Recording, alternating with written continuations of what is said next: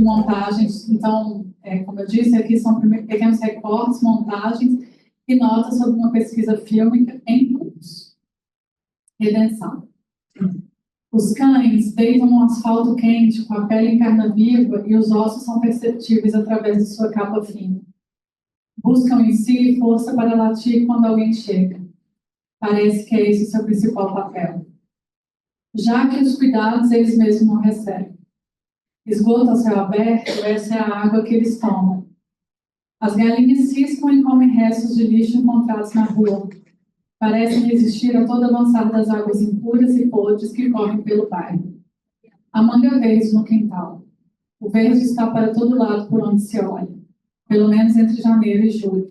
No restante do ano, seca e um calor cuja presença do sol nos dá a sensação de termos pequenas agulhas na pele. Um bode grita com medo dos carros avançarem para seu espaço. Não há nada de idílico e nada de terrível. A vida em redenção. A vida, a redenção. Os lugares de refúgio que a Terra do Sol promete está tomada pelos agrotóxicos e pela poluição. A presença dos sapos, contudo, revela a saúde do lugar. Sapos, esses sim, estão por todas as partes. Quero plantar, mas o tempo do trabalho não me permite. Nessa universidade, posso falar sobre mim e sobre o que me convém. Isso como mulher negra, né? Escrever em primeira pessoa do singular e do plural, sobretudo do plural, a partir de narrativas da escrevivência. Mas mesmo aqui, falar sobre cabelos parece fútil com tantas emergências. Temos sempre que atender a emergências? Gostaria mesmo que cabelo fosse luxo ou coisa superada, como diz Pascal ou Bolot. Mas não é. Cada vez mais, cabelo é cárcere ou liberdade. E porque a liberdade nos mostra o quão precisamos nos fortalecer sempre e constantemente. Cabelos anunciam tempos para nós. Tempos de insurgência, tempos de retração. Pensemos um pouco, por exemplo, como o boom do cabelo crespo apareceu nos anos do governo Lula junto às políticas de auxílio afirmativas, sinalizando um respiro da população negra no território brasileiro. Lembremos também que, embora esses cabelos assumissem liberdade para expressarem uma estética negroide, ele continuou sendo muito controlado. Quem não se lembra dos casos perfeitos que as blogueiras perseguiam com obsessão? Cabelos dizem sobre estética, política, controle sobre a nossa corporalidade, liberdade e recuo. Li um texto que a antropologia é um pouco contra nós, no sentido de que ser antropólogo é ser contra nossas próprias convicções e formas de pensar o mundo. Que traiamos, assim, nossas perspectivas postas sobre o mundo a fim de desnaturalizarmos o que vivemos. O que pergunto é, se a antropologia é contra nós, ela é a favor de alguém? E quando esse nós somos nós mesmos, devemos ir contra nós e contra as nossas convicções? De fato, há muita coisa contra nós mesmos, pessoas negras. É preciso lembrar dos primórdios da antropologia, onde Firman se espanta com o fato da antropologia da época ser contra as pessoas negras e vem a nosso favor. Quais os riscos de pensarmos a partir de nós mesmos como centro, como ponto de partida, sem exercício de desnaturalização, mas focando no produto do construto social? Estar na universidade é também encontrar todo tipo de guerra, precariedade, não somente institucional, mas também ao redor, entre estudantes e mesmo entre os professores. Olhem as habitações da cidade, olhem os alimentos que aqui chegam, a estrada, a falta de perspectiva, o sangue que os estudantes dão para ter diploma, dividir o computador com 3 colegas, não ter o que comer, não ter caderno. Conhecimento tem um preço, mas aqui o preço que se paga é ainda mais alto. Nem sempre a migração vai garantir bons postos no mercado brasileiro. Muitos dos nossos estudantes estão trabalhando como frentistas em lugares de posto de gasolina. Algumas vezes me vejo impotente e incrédula às coisas que vejo, escuto e sinto. É dessa forma que apresento meu campo, que é o lugar onde atuo como professora, e meus interlocutores, que são estudantes. É também um lugar que residi de 2022 a 2024. Eu tive que mudar, porque eu moro com uma senhora de 73 anos que precisava de assistência médica na cidade de Fortaleza, e Redenção realmente não tem. Uma mulher urbana, né? Está acostumada a essas coisas. Apresentar a redenção assim é mostrar como esse espaço, trabalho e campo estão intimamente ligados e não separados. Segunda parte, o universo dos homens para mim. O universo masculino na minha vida e na antropologia, se é que faz algum sentido deles serem pensados separadamente, sempre foi um grande mistério. Mistério no sentido de que é um universo muito próprio, do qual tenho pouco acesso, até porque, desconfio, homens negros e não negros brasileiros optam por um grande silêncio sobre suas vidas. É isso que o filme Silêncio dos Homens diz. Que os homens seriam um pouco afeitos a falar, externar ou mesmo lidar com seus sentimentos. De fato, as masculinidades tais como são construídas no Brasil nos mostra a difícil e violenta construção de uma performatividade masculina. Mas não me cabe aqui uma reflexão intensa sobre masculinidades africanas e estética. Não é exatamente isso que eu farei aqui. Vou pular essa parte, porque eu acho que eu vou para essa parte aqui. Aliás, é por essa sana moderna que tudo está acabando. Rios penteados tradicionais que dizem sobre cosmologias, tempo e mundo. Me interessa, ao contrário, o fluxo, a fluidez, o caminho que se faz caminhando, a artesania, as artes, o tempo lento, a produção vagarosa, reflexões passadas entre burocracias, bancas e pesquisa em processo. Eu pulei essa parte porque vou falar dela. Eu fui orientada pela Antonátia Borges, né, e a gente tinha muito uma discussão dessa busca da antropologia por uma verdade, né, e a gente ia contra esse sentido de buscar um esgotamento das coisas, da literatura, das questões que a gente tinha que trabalhar. Então, assim, a gente trabalhava muito numa ideia de que não tinha que esgotar. A pesquisa entre homens cabeleireiros começou em janeiro de 2023 e a primeira coisa que me chamou a atenção a começar a adentrar esse universo foi o afeto. Quando penso em homens negros brasileiros, e aqui eu estou falando de homens negros que me cercam, meu irmão, meu falecido tio, meus primos, penso que comumente eles não podiam expressar seu afeto por outros homens por serem julgados, sem ser julgados. Quando vejo os estudantes da Unilab andando de mãos dadas, se acariciando enquanto cuidam dos cabelos dos outros, os cabelos são cuidados nos passeios das ruas, né? Essas imagens me chamam a atenção. Elas nos dizem de coisas que eu não estava habituada a ver, nem eu, nem as pessoas de Redenção Ceará. Ela comunica um cuidado que eu não estava esperando. Então, é algo realmente bonito perceber que outras masculinidades podem ser forjadas nesse território que é a redenção. E que, quando isso se trata de homens africanos, carregam uma poesia, nessa cidade um pouco maldita, pois esses homens negros que são recebidos com desconfiança, estrupadores, trazem consigo a estética do afeto. E quando eu digo que trazem a estética do afeto, eu afirmo isso porque esses mesmos estão se trançando nos passeios das ruas e compondo uma paisagem que o cuidado entre eles torna-se público, onde a rua é um dos principais cenários para cuidado. Isso tem a ver com tabus de você não pode o corte do cabelo não pode ser feito em qualquer lugar. O cabelo é matéria de magia, né? Você não pode cortar o cabelo em qualquer lugar, os resíduos eles têm que ser colocados de forma assim, então não se corta cabelo dentro de casa, isso tanto no contexto guineense, quanto no contexto moçambicano, quanto no contexto angolano, com variadas exceções, né? É interessante que esse sobrevoo sobre as paisagens possíveis, porque foi justamente essa paisagem de mulheres se trançando nas ruas de Maputo que me chamou a atenção para que eu pesquisasse o tema dos cabelos. O ato de pentear compõe a paisagem estética de várias cidades africanas e diaspóricas. Esses homens cobrem essa cidade de que eles é a avessa de cuidado e de amor, contrastando uma masculinidade hegemônica nessa região do Ceará, que é uma masculinidade que não se imposta.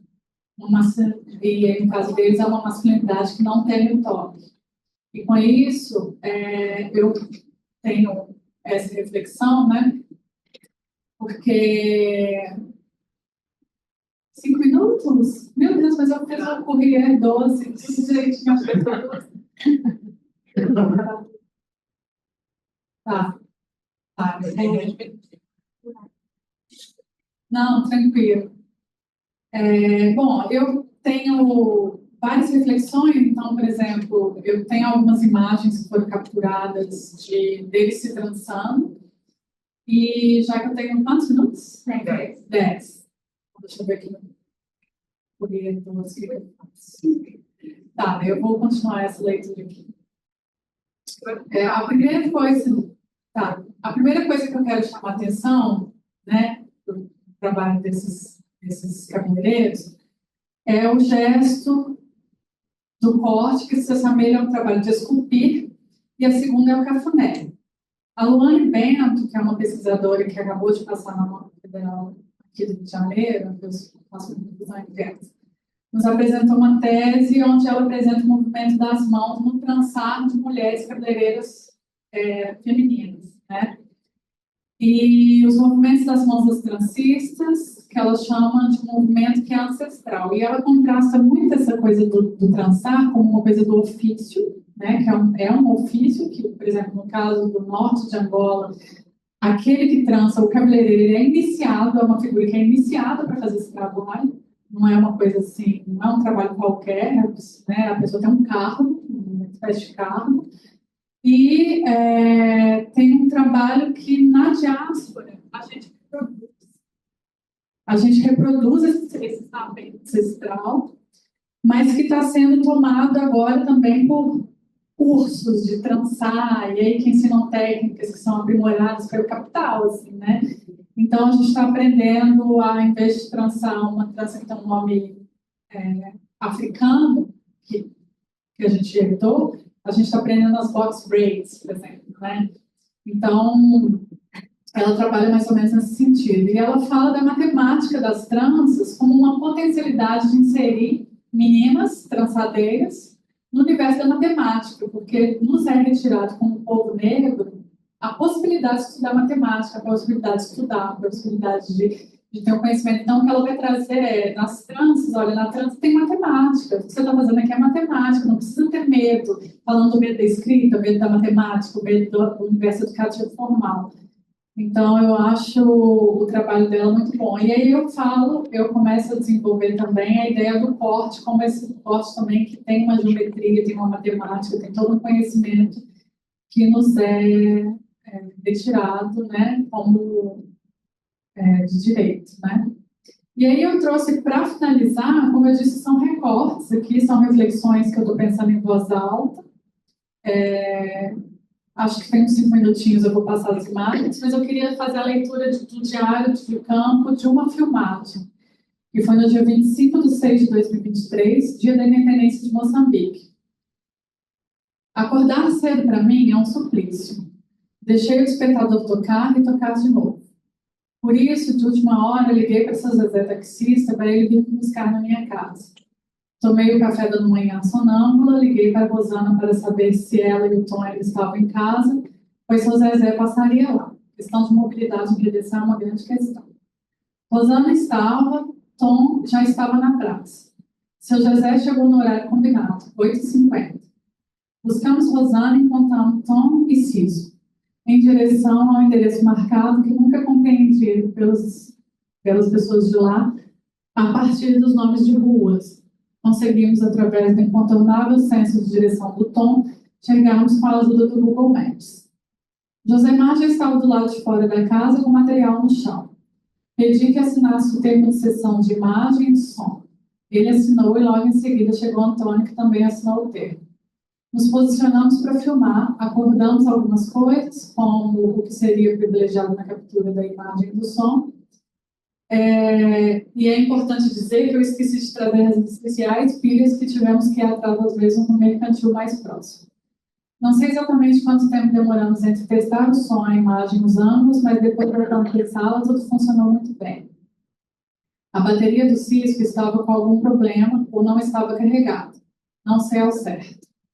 Os materiais são super precários também. A gente não tem um laboratório que vai nos emprestar. Então, assim, são realmente materiais pessoais que os alunos tiveram muito sacrifício para comprar. E a Rosana, que é uma cineasta, que tem um material também. O movimento das mãos e do corpo, enquanto o Cisco fixou a Rosana filmava o movimento das mãos e do corpo, enquanto o Cisco fixou seu celular em um ângulo.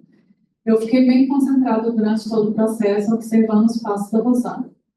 Tom e Cisco, que mais se assemelhava... Rosana, Tom e Cisco, que mais se assemelhava a uma dança silenciosa. Do meu ponto de percepção, tudo fluiu com muita cadência e acordo. não houveram grandes atropelos. Eu registrei imagens dos bastidores com a máquina fotográfica do meu celular.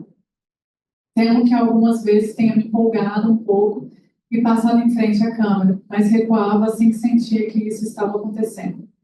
É importante dizer que durante toda a captura de imagem e som havia um vizinho de Josemar que ouvia um sermão de uma igreja evangélica. De fato, senti que todo aquele movimento entre captores de som e imagem e filmados havia algo de mágico. No mínimo, havia um grande envolvimento de todos nas cenas filmadas.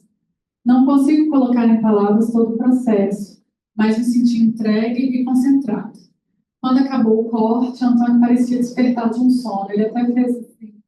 Foi um set mesmo, totalmente improvisado, com materiais rústicos, e todo mundo estava muito mergulhado naquela cena.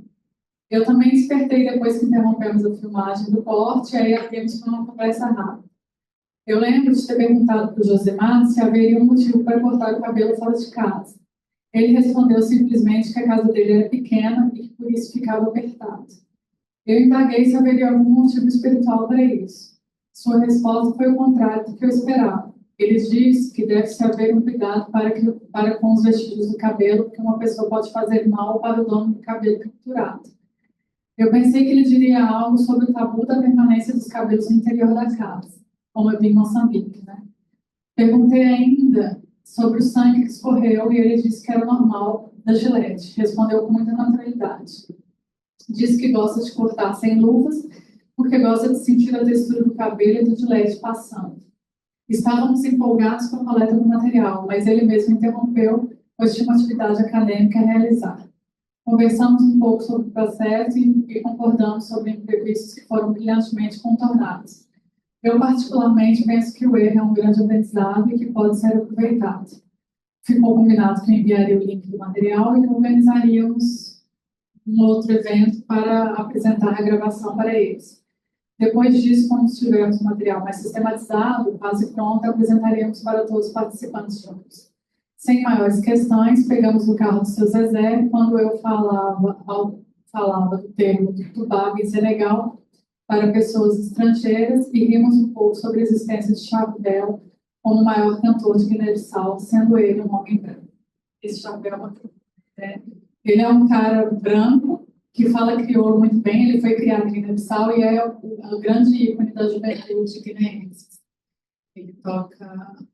E aqui isso aqui são algumas fotografias que eu fiz de redenção, né? A Princesa Isabel, as ruas sem saneamento básico. São fotos pequenas, mas que eu fiz postei nos stories no Facebook. Isso aqui era para ser um vídeo, era para estar rolando músicas, são as festas num bar que tinha em Redenção, que era um bar moçambicano, que chamava, ele não existe mais, assim, mas era um bar dos africanos. Isso aqui é uma foto do meu diário de campo, e aqui os instrumentos do lado de fora da casa, de dredar, no caso, esses são instrumentos de fazer o dread, né? E eu, com o Nilton, que é esse moço que é responsável por dredar. Esse é o Cisco, que é da equipe. Estou passando rápido, ele dredando. Aqui eles cobram R$10 por corte de cabelo. É muito barato. Tem mais coisa para falar, mas... Esse é o Josemar, né, do diário que eu li, dele cortando cabelo. É uma coisa muito linda, assim, porque ele praticamente sobe em cima da pessoa que está sendo cortada, assim. É um trabalho de muita intimidade. É isso. Eu tenho várias outras coisas para contar. O projeto ele precisa ser retomado, porque, como eu disse, eu tive que ir para Fortaleza. Tive questões também de desentendimentos da equipe. Essa Rosana, que é uma mulher que é cineasta, ela é minha amiga, mas durante o trabalho houve um desentendimento, porque eu apresentava esse trabalho nos espaços negros de Fortaleza e mostrava essas imagens, né, que é uma mulher branca, e as pessoas falavam, tira ela. E eu não tinha coragem de falar com ela isso, nunca tive coragem de chegar e falar assim, olha, tá rolando isso. E no dia que eu tive coragem, ela ficou tão magoada que ela não conseguiu dar seguimento ao trabalho. Então, assim, bom, tem mais coisas para dizer sobre essas questões interraciais, né? Mas no momento, no contexto político que a gente está vivendo, produzindo, essas questões raciais, elas estão muito tensionadas, e eu estou, por exemplo, como mulher negra, professora, que produz uma série de trabalhos. Esse é um trabalho de extensão, né? A gente também vai fazer a exibição desse filme para o público de redenção e fazer os debates sem redenção. Mas, no contexto da Unilab, do Ceará, não sei se isso acontece em outros ambientes, mas eu estou me vendo impossibilitada de estabelecer parceria com pessoas brancas. Isso é uma verdade, né? Então, eu preciso retomar o diálogo com essa equipe, ver como que a gente vai continuar, mas, como eu disse no início, esse é um projeto que eu não vejo. Eu vejo que ele vai sair alguns produtos pontuais e fontes, mas esse trabalho meu com as pessoas, com os interlocutores homens, com pensar a masculinidade, é uma coisa que eu quero fazer com pagar, e eu não tenho pressa nenhuma, e vai ser mais nos moldes do filme etnográfico, que leva anos para ficar pronto, de reflexão, de voltar, de refletir, e nas horas vagas de uma professora que é coordenadora da pós nesse momento. Então, também tem isso. Obrigada, e é isso. Obrigada, Denise. Super interessante.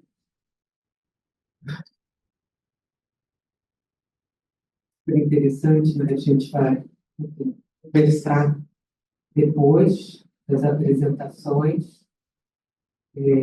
Agora a gente tem o trabalho da Lidiane, né? Que também estou bem curiosa para escutar, do que nos vestimos, as entrecosturas da criação de moda afro-brasileira. Lidiane Souza Querino, mestranda, né, Lidiane, da Federal de Minas Gerais. E é isso. Gente, se quiser se apresentar rapidamente também, fica à vontade. Você tem 20 minutos.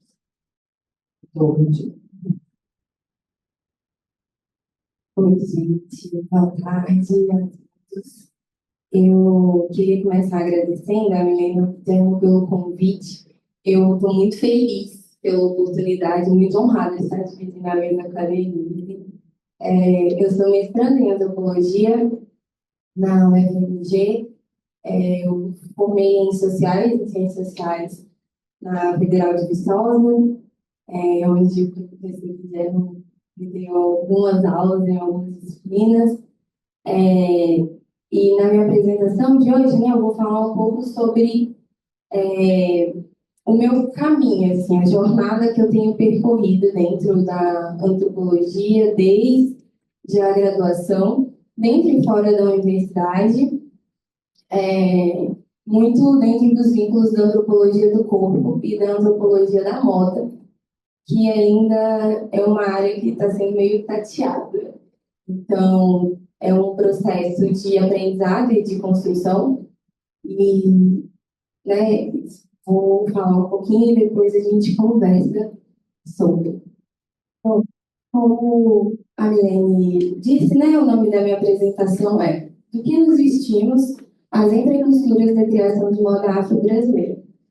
A construção da corporalidade, né, é relacionada a diversos meios, do mesmo jeito que a estética também é perpassada por várias ferramentas, como roupas, acessórios, saberes familiares, narrativas, construções simbólicas e políticas. E um questionamento que guia muito a minha jornada é que, sendo o vestuário o revestimento do corpo, como ousamos considerá-lo superficial? Né? E o que eu tenho colocado assim, é que a moda, ao unir as divisões de corpo e vestuário, ela pode ser tomada como uma prática incorporada. A Leda Maia Martins, ela fala que as vestimentas e o modo de vestir, eles são integrantes das práticas corporais e que isso tem valor, né? Tem movimento, isso produz imagens, isso esculpe gestos, isso traduz conceitos e hábitos. Sendo assim, a construção, a composição vestuária é um veículo de mensagem. Então, o que eu pretendo conversar aqui hoje e falar com vocês e trazer é uma reflexão sobre a relação existente entre moda, corporalidade e população negra brasileira a partir de 3 pesquisas. Então, a partir de 3 pesquisas, né? 2 ainda estão em aberto. Corpos em Manifesto é a minha pesquisa de graduação. O Linhas Pretas é uma pesquisa feita em coletivo. E Alinhavando Histórias, Costurando Saberes é a minha pesquisa que está sendo desenvolvida agora no mestrado. Em Corpos em Manifesto, eu procurei dialogar sobre o papel político que a estética exerce dentro da atuação do movimento negro brasileiro, falando especificamente da geração tombamento. Então, eu queria compreender como se dá a construção da corporalidade de jovens negros residentes em Viçosa, que se identificam como pertencentes a esse movimento, a partir das manifestações que realizavam pelo modo de se vestir, de se adornar. Então, pautei sobre a construção das suas identidades, expressões, linguagens, produção de conhecimento em relação a elas mesmas e a sua localização no mundo e como que isso se manifestava, né, nos seus discursos e os significados simbólicos disso. Gênero e raça foram categorias dadas a priori na minha pesquisa. Então, metodologicamente, o que foi operacionalizado e de maneira interseccional e que costurou gênero e raça foi estética, sexualidade e território, né? Carregando uma estética disruptiva com os estereótipos de raça, gênero e sexualidade, com as noções em torno do padrão de beleza hegemônico, a estética é usada para experimentação, para reafirmação, para construção das identidades pessoais e coletivas negras, sobretudo como ferramenta política. Então, a produção, né, é feita de uma maneira a chamar a atenção, de modo a falar sem necessariamente verbalizar, o que desloca essa juventude, né, desse processo da margem para os centros de debates de ativismo. E muitas coisas aparecem, né? O cabelo era uma parte muito importante para todos os entrevistados, porque esse foi o primeiro elemento retomado por essas pessoas nessa caminhada de autoconhecimento e de construção de identidades pessoais e sociais. Enquanto pessoas negras, é muito relacionado também a um processo de autoestima. Então, a juventude, ao se valer, né, desses elementos de adornação corporal, passa a elencar isso como argumentos que compõem essa narrativa estética. E isso se mostrou muito importante, principalmente em meios onde as narrativas orais ou escritas não têm espaço, né? Então, a gente está falando de um corpo que fala. E nisso eles falavam muito de uma questão de exercer a cidadania, que é muito interessante. Então, né, para essa geração, para a geração Tombamento, a dimensão do corpo ela segue articulada na totalidade de pensar a negritude em seu sentido estético, ético e político. Né? Pensar o autocuidado, o encontro consigo, com a sua corporeidade, seu lugar no mundo, que aciona o próprio corpo também com a função de acessório, por meio dessas intervenções performáticas, através das gestualidades, né, e das atitudes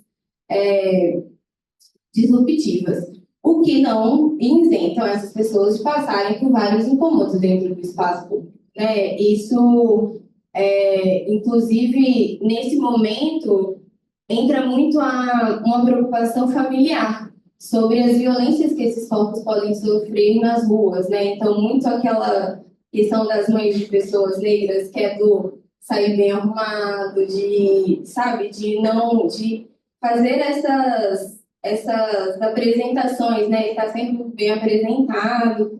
Isso vem dessa leitura violenta, né? Que esses corpos são alvos. Então, pensando na construção do imaginário ocidental, e no qual uma noção de marginalidade se valeu da estética como uma das bases para justificar a hierarquização das pessoas, né, e entrelaçando isso com as discussões de gênero e de raça, e recaindo, né, sobre os debates de performatividade, acesso a direitos, a estética, nesse sentido, tem sido elencada também como um critério de humanização, né, das percepções acerca das suas identidades, dos valores sociais. Então, a gente pode pensar que a maneira como o vestuário é evocado, né, em conflito com as matrizes de dominação, fazem essas elaborações de novas narrativas, porque a indumentária, né, o vestuário, as roupas, elas também demarcam existência. Então, essa foi minha primeira pesquisa, assim, mais longa sobre esse processo de vestuário. Então, o que amarra um pouco, né? O que é o tombamento? Eu coloquei essa fala de uma das minhas interlocutoras que fala que o tombamento ele é preto antes de tudo.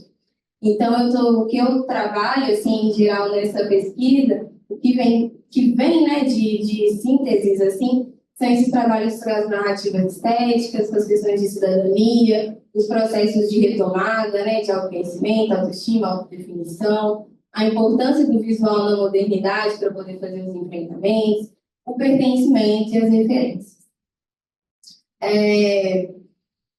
A segunda pesquisa é o Linhas Pretas. O Linhas Pretas ele é uma iniciativa da coletiva Presentes Futuras, que é uma coletiva que nasceu em 2022. E ela é fruto do encontro de mulheres de diferentes regiões do Brasil que enxergam na arte a dimensão da força e do afeto como estratégia de produção de vida. Na coletiva, no qual eu também faço parte, nós temos costureiras, modelistas, artistas, pesquisadoras, publicitárias, designers, stylists, artesãs. E a moda é o que costura as nossas histórias e trama os nossos processos de criação. E que nos atravessa também enquanto forma de luta por novas formas, por novas construções de mundo. E uma coisa que o movimento, né, de retomada das nossas histórias e da relação com a moda gerou para a gente algumas inquietações que levaram a gente para outros lugares. Então, o desejo era de lançar base para construir novas bases, né? E a proposta que a gente pensava, e qual moda para qual mundo, o primeiro passo era se colocar nesse mundo, né? Então, durante esses processos de pesquisa, de referência, tanto para nós quanto para falar com outras pessoas, a gente viu a dificuldade de encontrar informações de criadores pretos dentro da indústria da moda, né? E isso não é por acaso. A indústria da moda ela é colonial, né? Então, sim, entender e opor essa lógica do funcionamento vigente, né, demonstra o quanto o vestir também é permeado por posicionamentos políticos. A indústria da moda, dentro do Ocidente, ela não foi pensada para pessoas pretas, pessoas gordas, LGBTs, QIAPN+, e o seu funcionamento também, né, essa questão da classificação por gênero, pensando aí nos altos índices de desigualdade social.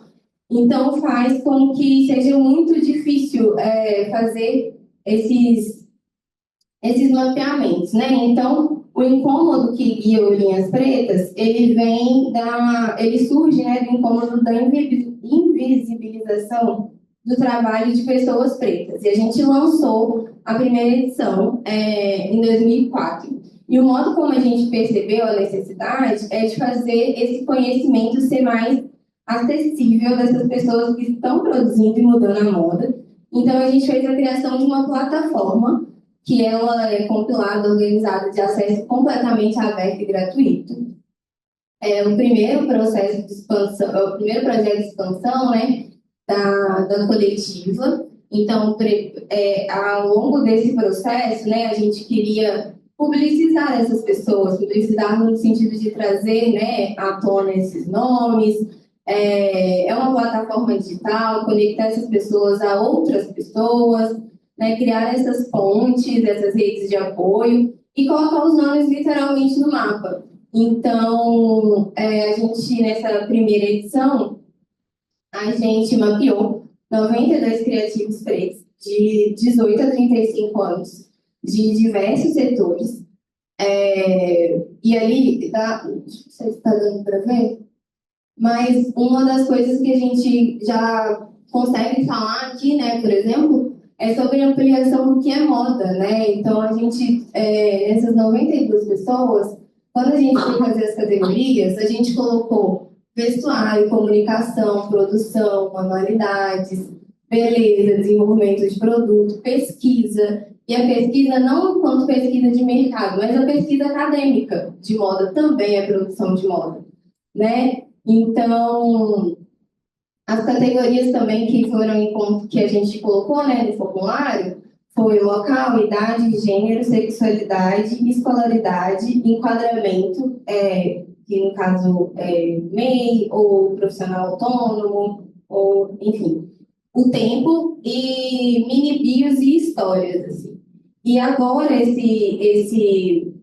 gente tem um banco de dados gigantesco que está sendo analisado, né, agora de uma maneira quantitativa e qualitativa, mas algumas coisas já podem ser percebidas, né? A ampliação do que é moda. Quando a gente vê as histórias, a gente vê o quanto tem muitas histórias lá que são cercadas por sonhos, mas o trabalho é todo feito por uma pessoa só que faz várias coisas, né? E a indústria da moda é muito cruel. E a gente ainda consegue delinear alguns vínculos com expressão, expansão, palavras como cura também foi registrada, ser ouvido, resgate de identidade, coletividade. Teve cooperativas de costureiras do interior que se registraram no mapa, que foi muito legal. Quebra desse engessamento, e aí entre várias outras coisas, afeto. E aí uma nova edição, né, a gente vai fazer no próximo ano para expandir a faixa etária. Porque uma coisa que a gente percebeu isso veio muito como uma cobrança, por que só até 18 a 35 anos, assim? E refletindo sobre isso, a gente quer ampliar essa faixa etária, porque uma coisa que a gente percebeu é que pessoas pretas, elas demoram muito mais para adentrar o mercado de trabalho, e a moda é ainda mais tarde. Então, muitas mulheres, 40 mais, procuraram a gente para saber se a gente ia fazer uma segunda edição. Então, esse banco de dados está sendo analisado e também está sendo elaborado agora. Também a gente está pensando na segunda edição desse projeto. Por fim, eu vou falar da última pesquisa, que é a alinhação de histórias e costurando saberes, que está sendo desenvolvida aí no âmbito do mestrado, no qual eu procuro entender a moda afro-brasileira enquanto arte, expressão e tecnologia ancestral, a partir do processo de criação de quatro designs belo-horizontinas e soteropolitanas, duas de BH e duas de Salvador. Uma coisa que eu quero deixar aqui pontuado é que o que eu estou entendendo enquanto moda afro-brasileira na minha pesquisa, né? A moda afro-brasileira, ela deve ser entendida como aquela criada por pessoas negras que pensam sua origem, identidade, vivência diaspórica, lugar não colonial, consciente dos processos de si e de sua comunidade. Eu trago isso porque tem uma tendência a considerar moda afro-brasileira somente aquelas produções ancoradas na estamparia, especificamente na estamparia étnica, né? E essa única imagem acionada ao falar da moda afro-brasileira, né, também é fruto de uma construção e reverberação de um pensamento racista muito sofisticado, que pende aí entre a valorização e a exotização, sempre, né? Sempre está nesse meio termo, assim. O que contribui também para o apagamento de outras produções por pessoas negras dentro do cenário da moda, considerando, mais uma vez, as diferenças estéticas e de pluralidade, né, de diversidade do povo preto. E então, como ela ainda está no começo, assim, eu vou só me debruçar sobre algumas coisas bem rapidamente, né? Primeiro, da questão da tecnologia, né? Quando eu estou falando da tecnologia, estou falando desse saber mesmo. relativo, né, ao aprender, ao saber fazer, uma questão bem técnica, assim, né, que a gente tá falando nesse sentido, assim. E aí, quando a gente analisa, quando eu estou pegando agora para analisar, né, as entrevistas, os materiais dos audiovisuais, a vivência em campo que eu voltei agora também, bem recente, eu vejo quanto que isso está ressoando cada vez mais forte, essa questão de quanto tecnologia ancestral, né? É muito aquela questão de transformar o que a gente tem o costume de chamar de artefato em arte, assim, né? A gente consegue perceber muitos desses deslocamentos, assim. Então, o que tem despontado, né,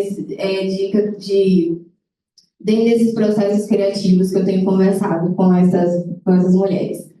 O papel da cidade, o papel da cidade mesmo, assim, o que é o andar pela cidade, o impacto disso nos processos criativos, assim, a infância, as redes, e eu coloco aqui as redes porque isso entra em tecnologia ancestral, porque não é uma rede só familiar. Às vezes é a costureira do bairro que é a vizinha de uma delas e que ensinou elas a costurarem. A música vem muito forte dentro do processo criativo da moda, a espiritualidade e também o ressoar com sentido, esse sentimento de que em algum lugar isso está chegando. Então, isso tem despontado, né, nesse processo criativo. Eu já devo ter estourado meu tempo, eu tô quase, né? Falta 5? E aí, hoje mais cedo, a gente estava falando sobre as escritas, né? E o que eu estou falando são de escritas que estão ancoradas no corpo. Eu tenho pensado muito em grafias, e não necessariamente em escritas, né? Porque o corpo negro, o que eu trago é que ele é um corpo que conta, né? Os saberes estéticos corpóreos, eles que a Lima Gomes fala, né? Que são esses saberes produzidos pela comunidade negra e organizados pelos movimentos, encontra dentro desse estético expressivo. E como que esses saberes, eles não são só referentes à estética da arte, mas uma estética também como forma de sentir o mundo, como ocupar o mundo, como viver o mundo, né? E esses saberes, eles são sobretudo herança dos ensinamentos de mulheres negras. E olhando num quadro mais histórico, é muito perceptível que mulheres negras, desde o período escravocrata, elas procuram, por meio da estética, conferir dignidade vestual aos seus, né? Então, isso vai aparecendo, né? Esses saberes são os saberes que rivalizam com o lugar da não existência, né? E aí, a Leda Maria Martins, ela fala que essa reverberação de uma funcionalidade também junta, né, esse ético e esse estético que age como um guardador de saber mesmo, que é relacionado a uma produção, a uma performance, às memórias, porque o tempo, né, que ela fala é esse tempo espiralar, então as questões elas reverberam em idas e voltas nas curvas, né, do tempo.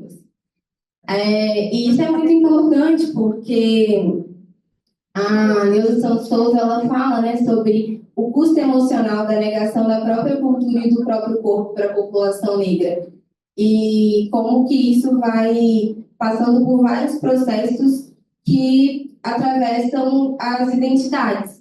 E aí o Munang, ele traz uma virada bem interessante nisso, assim, né? O quanto que existem diversas identidades coletivas e expressão dos espaços de luta.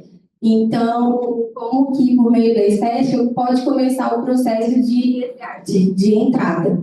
Então, o corpo, ele é tido como um patrimônio, como um bloco cultural, né, que nesse atravessamento da diáspora, no qual a gente foi trazido de uma maneira forçada, a gente atravessa com esse corpo. Então, e ele é o único patrimônio que a gente tem para poder fazer os nossos processos de recuperação, né? Então, quando eu pesquiso sobre essas questões do corpo e da moda, para mim é sempre entrelaçar corpos. É um corpo que ele é um território, é um corpo que ele é um documento, ele é um corpo que ele está passando por emancipação, ele é um corpo que ele é uma tela, né?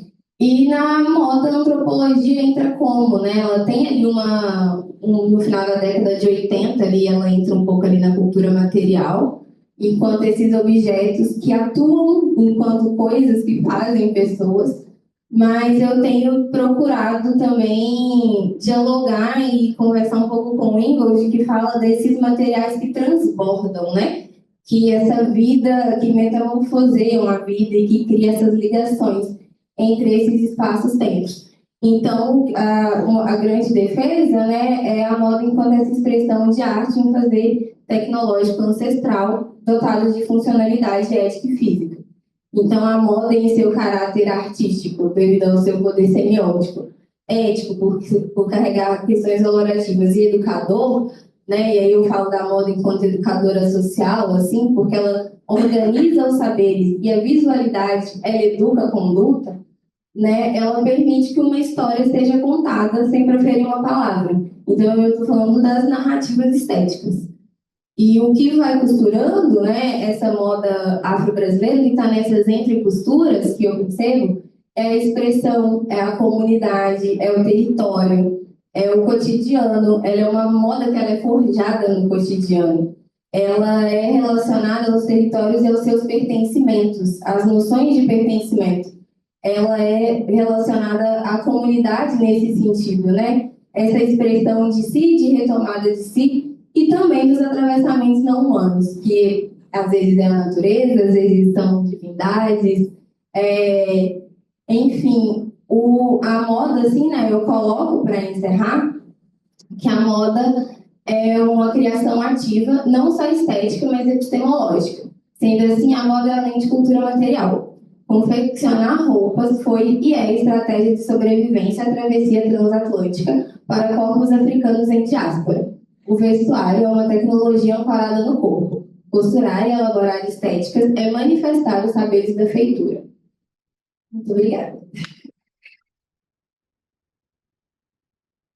Obrigada, Eliane. A gente vai agora ter a participação do Sérgio Varela, de modo remoto.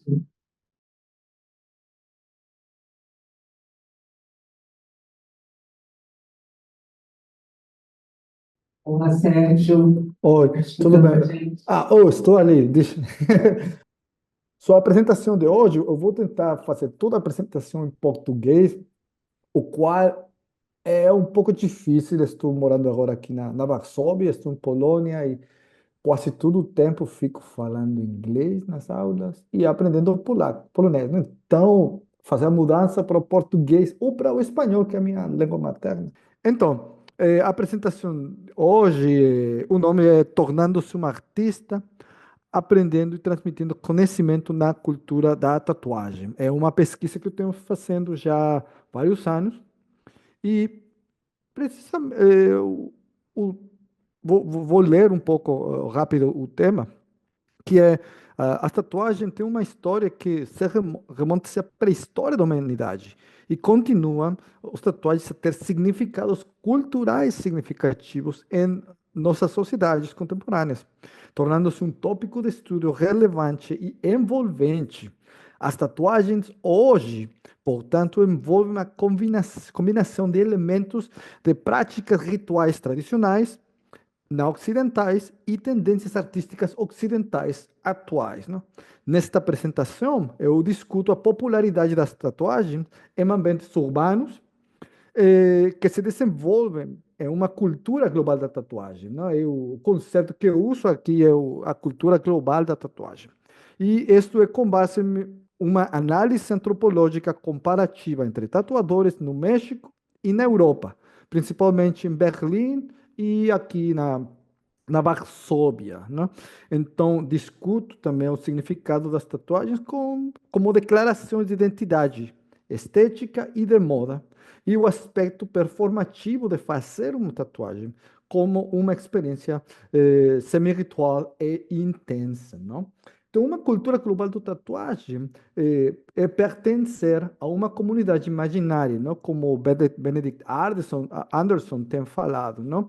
uma espécie de comunidade onde toda a gente não se conhece, mas elas fazem pertencer numa comunidade porque tem uma causa ou tem um motivo comum, né? E no caso da tatuagem, gente que tem tatuagem no corpo, muitas vezes elas assumem que são parte de uma cultura global, né?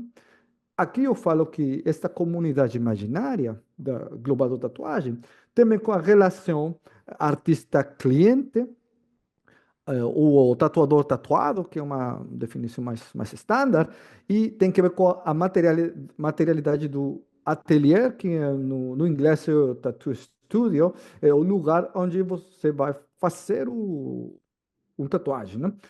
E redes sociais, que agora são muito importantes para a questão da, da difusão dos tatuagens, e a parte performativa, global, comunitária, que é as convenções de tatuagem, né? Então, tudo isso é a parte do contexto, contextualização, né? Aqui é uma foto de um amigo meu, o Tusto Fernando, que é um grande tatuador da cidade do México, alguém com que eu fiz muitas entrevistas durante muitos anos, e também tenho dois, três tatuagens dele, e ele é uma figura muito importante lá na cultura da tatuagem no México, né? E eu gostei dessa foto, botei ali. E parecido ao conceito de conhecimento corporal, de experiência corporal, aqui os tatuagens são vistos como aspectos de biografias corporais, não? Que tem que ver também, no meu caso, com uma viagem pessoal, questão de eu ter tatuagens, um tópico de pesquisa por causa de experiência individual e curiosidade, e um trabalho de campo de longo prazo com tatuadores que têm já muita experiência lá no México e que também são migrantes aqui agora na Varsóvia e Berlim. Então, é uma pesquisa também ainda em processo. Estou fazendo trabalho de campo aqui em Varsóvia e em Berlim com migrantes tatuadores, gente que vem da Ucrânia, Bielorrússia, Rússia, e gente também de outros países lá na Berlim, não? E vou apresentar algumas coisas desses temas, não? O importante é que o significado das tatuagens muda com o tempo, obviamente. A interpretação das tatuagens também muda com a idade. Muita gente também eh, desaparece tatuagens, bota novas tatuagens no corpo, não? Aí é uma foto de Tusto, meu amigo, ele está fazendo uma tatuagem na minha perna, não? Aí estou no ateliê com ele 3 anos atrás, lá na cidade do México, e eu, na parte do trabalho de campo, fazer pesquisa com ele, mientras ele está tatuando, eu estou fazendo entrevista também com ele, não? Ei, como vai todo? Atenção ao processo, ao cuidado do corpo, como também a apresentação passada falava, como tem que cuidar do corpo quando uno está tatuando, como quando uno está tendo sendo tatuado, né? Aí esse é o tatuagem, o final depois o tatuagem na minha perna, e que ele fez, que é como se, um desenho dele, não? Ele fez, certo, você quer este modelo desenho lá na sua perna? Eu falei, vamos lá, né? E ele fez. Esse outro tatuagem que tenho no braço, que é um tatuagem que demorou muito tempo para fazer de um tatuador lá no México, demorou quase 10 horas, porque uma pessoa que demorava muito tempo conversando, falando, fazendo o desenho, tudo. Isso é um processo muito longo que depois transforma-se em uma experiência de extrasensorial, a gente pode falar, para o tatuador e para a pessoa que está ali sofrendo como tatuagem, né? E essa é uma tatuagem aqui com uma mulher aqui ela é de Bielorrússia, eu falo dela um pouco ali no meu trabalho. Ela fez uma tatuagem na perna e ela estava conversando sobre sua história de vida na Bielorrússia, não? E como ela saiu depois do golpe de Estado fallido, aí falando em Bielorrússia, e Lukashenko ficou no poder e ela, seu marido e muita outra gente saiu eh, da Bielorrússia como refugiados, não? Aí para Polônia ou para Alemanha, para outros lados. Antes, um pouco antes da guerra da invasão da Rússia em Ucrânia, não? Então, eu faço a pergunta, quem é um artista? Quem é um tatuador? É uma pergunta muito simples, né? Esta pergunta, aparentemente inconsequente, não é muito fácil de responder. Por meio do meu trabalho de campo com tatuadores no México, Alemanha e Polônia, descobri que o que faz um tatuador envolve questões complexas relacionadas ao aprendizado, conhecimento básico, experiência e legitimação. Não há escolas ou universidades onde as tatuagens sejam oferecidas como especialização. Não é que eu posso ir para a universidade e ir à escola de tatuagens. Eu posso ir para a universidade para estudar tatuagens como tema de pesquisa, mas não tem ainda escolas, universidades onde você pode fazer do tatuagem uma profissão, né? É, é, então, existem lugares onde você pode estudar tatuagem, mas não dá, não é para aprender o ofício em si, né? As pessoas costumavam aprender através da prática, trabalhando em um estúdio, um ateliê, em diferentes funções, até se tornarem aprendizes de um artista mais experiente. Com o tempo, eles aprenderam o ofício e se tornaram independentes. Hoje, os artistas podem vir de outras artes, como a pintura, escultura, desenho gráfico, arquitetura e artes visuais, né? Então, também tem muitos artistas saindo das artes gráficas para o mundo do tatuagem porque é dinheiro, não? Por questão do dinheiro, não? E eles vão para lá. Eh, eh, então, eu falo aqui, aprendizagem, como está, como um artista mais experiente, trabalhando em um estúdio, um ateliê, aprendendo sobre todas as etapas necessárias do processo, versatilidade em diferentes estilos, estilos abrangentes, eu faço trabalho em preto, cor, tradicional, tribal, realismo. Um tatuador tem que ser versátil, né? E ganhar a experiência através da prática. Tatuar, tatuar, tatuar todo dia, não? E a legitimação é através de peças acabadas, não? Que é o material que eles depois vão subir na internet, no Instagram, no Facebook, como mostra de sua qualidade, não? E estudar através das redes sociais, não? O meu amigo Panque Nicolat, que ele mora lá na Alemanha, em Berlim, e ele, por necessidade, virou tatuador. Tem uma sua história ali no texto que eu mandei. Por exemplo, o Panque Nicolat, que está ali tatuando, aprendeu o ofício trabalhando em um estúdio em Berlim, com um de seus amigos mexicanos, Iván, no início dos anos 2000. Panque era filho de um artista de Oaxaca, México, muito famoso, e trabalhava principalmente como grafite e skateboarder, né? No entanto, em Berlim, ele aprendeu ajudando Ivan em seu estúdio. eh, ele fazia perguntas, começava a criar seus próprios flashes, que é seu desenho do tatuagem, que mais tarde vendia para clientes no ateliê do Ivan. E depois de alguns meses, Ivan o encorajou o Panqué a começar a tatuar. Falou: Panqué, você já tem que estar tatuando agora. Então, ele pegou emprestado o equipamento de Ivan e começou a pintar, a tatuar seus amigos, de graça, obviamente, para ganhar experiência, não? E ele é muito old school. Por exemplo, aqui uma foto, um desses flashes que eu desenho um papel que ele vai tatuar. Ele gosta de trabalhar no método antigo. Qual é o método antigo? É fazer o desenho com a mão, no papel, e depois botar no corpo, não? Agora, a maioria dos tatuadores contemporâneos, jovens, sobretudo, eles fazem tudo desenho nas tablets, não? No iPad, fazem tudo rápido, fazem o desenho, a peça dentro do corpo de forma virtual, e depois eles só fazem o flash, a impressão do flash, botam no corpo e pronto. Isso faz o trabalho muito, muito, muito rápido. Panque ele não gosta, ele faz o trabalho devagado, fazer o desenho à mão, não? Aí eu me lembro muito do que fala Tim Ingold sobre a pressão de fazer linhas, não? Traçar as linhas dentro neste caso, dentro do corpo. E Panque, ele fala disso, de que é muito diferente o processo de fazer a linha no papel e não numa tablet, né? Então ele gosta desse desenho tradicional, esse jeito tradicional.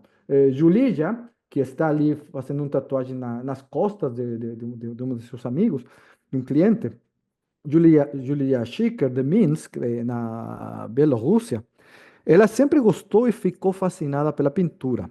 Seus pais a incentivaram a ter aulas regularmente quando ela era criança. Depois de muitos anos, ela se matriculou em uma academia de pintura. No entanto, a pressão era demasiado para ela e ela decidiu que não queria mais pintar. Ela não gostava já de pintar e, no entanto, como ela não queria jogar fora seu talento, ela decidiu trabalhar em um dos poucos estúdios de tatuagens em Minsk, ateliês, como ajudante e designer de flashes, como o mesmo caso de Panquê, não? Muito similar, não? Com o tempo, ela começou a aprender como dono do estúdio, do ateliê, e foi assim que ela se envolveu com tatuagens há 8 anos já, né? Eh, como a cena de tatuagem em Minsk era dominada por homens. Oh, era por homens, poucas mulheres participavam, então ela lutou muito para encontrar o lugar certo para ela. Ela começou a fazer tatuagens na sua casa, mas ela parou por 2 anos quando engravidou da sua filha. Ela já não podia ficar sentada muito tempo tatuando e por a questão de que ela estava grávida, e não foi até que seu marido, marido, a encorajou a começar a trabalhar novamente com tatuagens, que ela então decidiu voltar. No início de 2022, antes da guerra, da invasão da Rússia com a Ucrânia, depois de lutar para encontrar o estúdio de tatuagem certo e aumentar os cursos de materiais e ferramentas, ela e a repressão política, ela e o marido decidiram migrar para Varsóvia. Hoje ela trabalha num estúdio na área norte de Varsóvia, na área Legionovo é o lugar, principalmente em estilos de tatuagem que ela gosta e que se especializou, preto e realismo, não? Ela tem umas peças muito, muito legais lá, não? Então, isso é só duas histórias. Quando eu estava fazendo minha pesquisa e com esse processo tradicional de fazer tatuagens, muitos artistas durante a pandemia começaram a ofertar cursos online, e aqui é uma captura onde os artistas emergentes agora estão aprendendo com profissionais através da internet, né? Aqui é uma pessoa, Rubén, que tem muitos seguidores, muitos followers lá no México. Ele mora em São Luís Potosí e ele oferta cursos para aprender a tatuar, não? Aí curso para aprender a tatuar. Fala, são 3 meses, 8 classes por mês presenciais, onde ele ensina todo o processo, passo por passo. E onde ele fala, a inversão quota única é 18 mil pesos, que é pouco mais de US$ 1.000, né? Americanos, né? E então, ele é muito famoso, acho que ele tem dinheiro para fazer isso. Então, agora, muitos tatuadores profissionais, no México pelo menos, estão começando a ensinar pessoas através da internet e também de forma presencial, de um jeito muito mais formal, quase, quase acadêmico, não? Está mudando muito a cena, não? Agora bem, aí na foto é Sveta. Sveta, ela é de Ucrânia, ela começou a tatuar quando começou a pandemia, em 2020. Ela não tinha pensado fazer tatuagem, carreira de tatuagem, nada, nada. Ela estudava IT, ela era questão de computação. Aí, quando a pandemia empieza, ela já não gosta das aulas online e então ela decide começar a assistir eh, vídeos no YouTube sobre pessoas que fazem arte, tatuagem, pintura. E então ela conversou comigo um mês atrás, como ela morando já na Varsóvia, em 2020, ela chegou muito antes da guerra. Ela falou: Não, Sérgio, eu e todas as pessoas jovens, tatuadoras, que moram na Varsóvia ou que eu conheci aqui e também em outros lugares, todos aprenderam online. Ninguém ficou como aprendiz num ateliê, ninguém aprendeu com um tatuador mais experimentado. Todos aprendemos através de um canal de YouTube arrumado, organizado por um tatuador russo muito famoso que tem muitos seguidores, muitos followers e que em russo, obviamente, e que muita gente jovem assiste da Rússia, Bielorrússia e Ucrânia, porque dentro destes três países o russo é uma língua comum, né? Então dá para entender ele sem nenhum problema nenhum. Então, Sveta falava que os tatuadores, mulheres e homens da sua geração, da Ucrânia, Bielorrússia e Rússia, têm sido influenciados muito por um youtuber que faz tatuagem na Rússia, que já não mora em Rússia. Depois da guerra, ele saiu para a Alemanha, mas é uma referência. O nome dele, não me lembro bem. Agora, todo o seu canal é em russo, então não dá para entender nada, mas ele dá passo por passo, ensinava a gente online como fazer tatuagem. E Sveta, então, ela aprendeu online. Ela falou: Sérgio, eu sou aprendiz de tatuagem 100% online. Eu trabalhei com pele sintética, com casca de orange, casca de laranja, não? Com a pele da laranja para fazer os trabalhos e depois começou a tatuar gente, não? Então, fez uma entrevista com ela e também com outros de seus amigos tatuadores e todos eles têm também desenvolvido um estilo igual, quase o mesmo estilo, que é um estilo já ucraniano, bielorrusso, de fazer tatuagens, como os que ela tem ali nas mãos. Eh, e da seguinte parte é que o estudo de tatuagem é também um lugar importante. E também as questões da influência dos reality shows, não? Para a popularização dos tatuagens, os principalmente são Miami Ink, London Ink, Just Tattoo of Us, Positive Inking, Hero Link, entre mais outros, não? A cena do tatuagem representada nos reality shows foi um sucesso para a popularização dos tatuagens no início dos 2000 até hoje, né?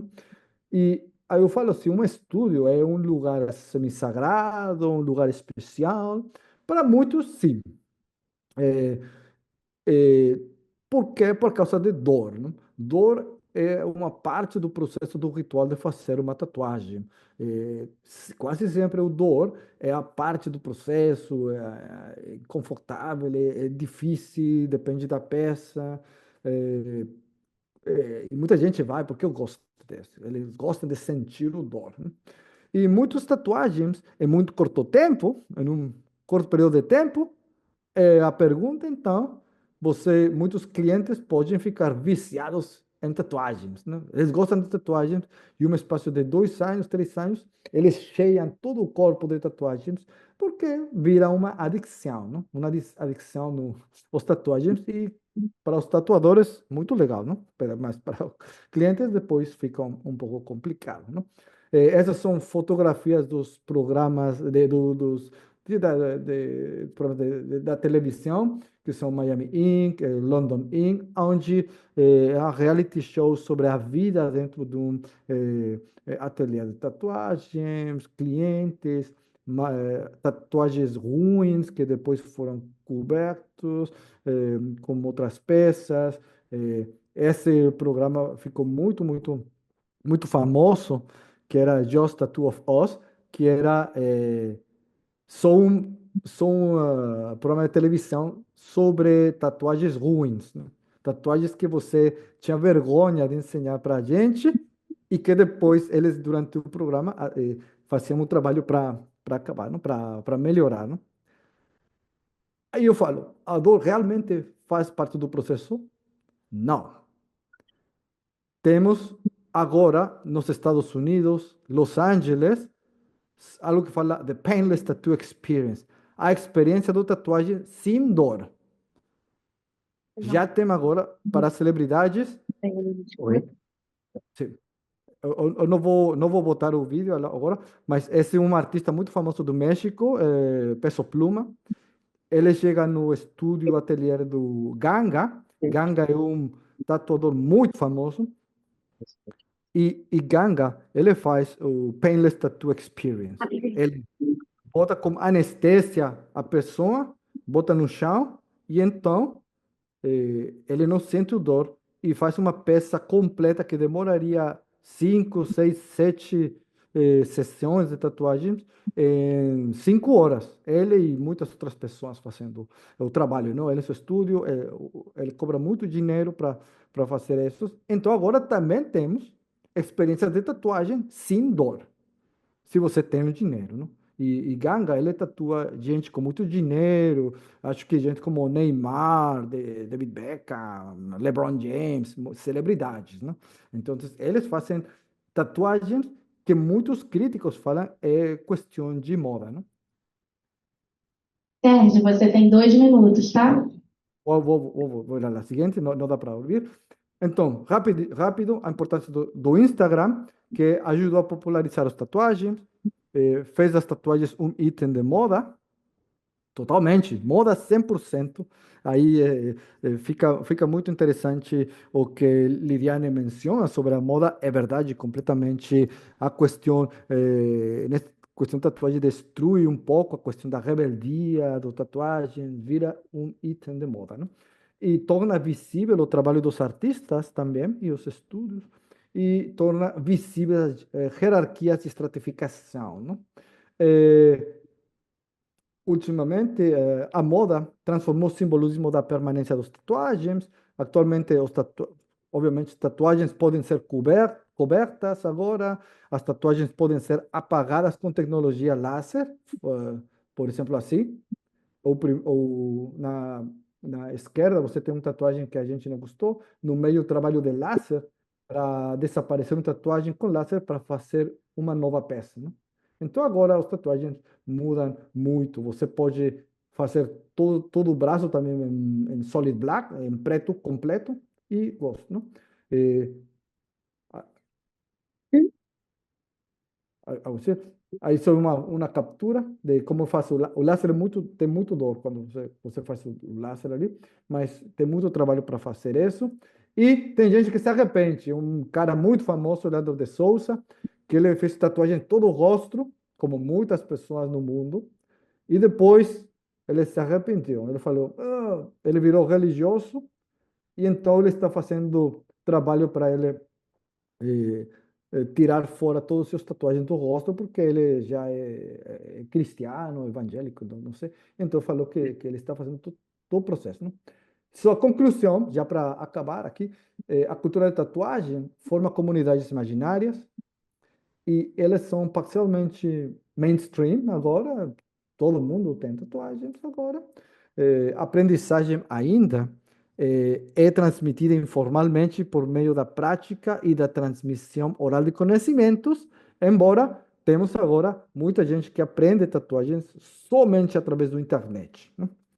No entanto, que descobri na Europa del Este são tatuadores que se fizeram sozinhos aprendendo pela internet com YouTubers. Imagine também se você quiser aprender capoeira, candomblé só para a internet. Ficaria absurdo, mas questões de tatuagem acontece, né? Acontece, não é normal agora, né? As tatuagens são itens de moda e podem mudar e ser intencionalmente modificadas com o tempo. a experiência de fazer uma tatuagem continua sendo transformadora e dolorosa na maioria dos casos, com uma exceção do Painless Tattoo Experience. E, finalmente, as novas gerações podem optar por não ter muitas tatuagens ou nenhuma, para mostrar um novo tipo de rebeldia. Para acabar, um dos meus amigos tatuadores, Tusto, ele falava, as novas gerações, seus pais, gente que tem agora 30, 40, 50 anos, tem tatuagem de todo o corpo, então muitas das novas gerações ou já não querem saber nada de tatuagens, ou querem se diferenciar de seus pais, e então ficam com o corpo limpo, zero tatuagens, como uma nova forma de rebeldia, né? Então, isso é o que eu queria falar, estou já fechei aí a janela, e então, isso seria tudo. Obrigada, Sérgio, super interessante. Bom, eu como mediadora também, quer dizer, supostamente a gente não faz muitos comentários, mas acho que eu queria só, assim, amarrar um pouco o que me chamou a atenção nesses trabalhos todos. Primeiro é isso, né? Todos eles em torno do corpo, né? Isso, obviamente, não foi à toa, mas o que me chamou muita atenção essa questão, essa dimensão temporal. Então, quer dizer, tem uma questão de uma recusa de ceder ao tempo, eu senti um pouco isso, quer dizer, no trabalho, né, na própria, é uma postura da Denise, né, mas ao mesmo tempo tem o seu trabalho que você acaba mostrando para a gente várias pesquisas ao longo do tempo, né? E o Sérgio, acho que no Sérgio isso é mais assumido ainda, que ele vai usar essa ideia de uma biografia corporal, achei bem interessante. Ao mesmo tempo, Sérgio, a tatuagem que para a gente sempre foi o signo da permanência, né, do marco de um, né, muitas vezes é isso, um marco de um evento que a gente não quer apagar. E, de repente, você mostra como a tatuagem entra nessa lógica do efêmero, que tem a ver com a moda, mas que tem a ver também com uma transição da pessoa, né? Essa pessoa não fixa, então ela vai mudando ao longo do tempo, ela vai mudando a tatuagem, ela vai apagando a tatuagem.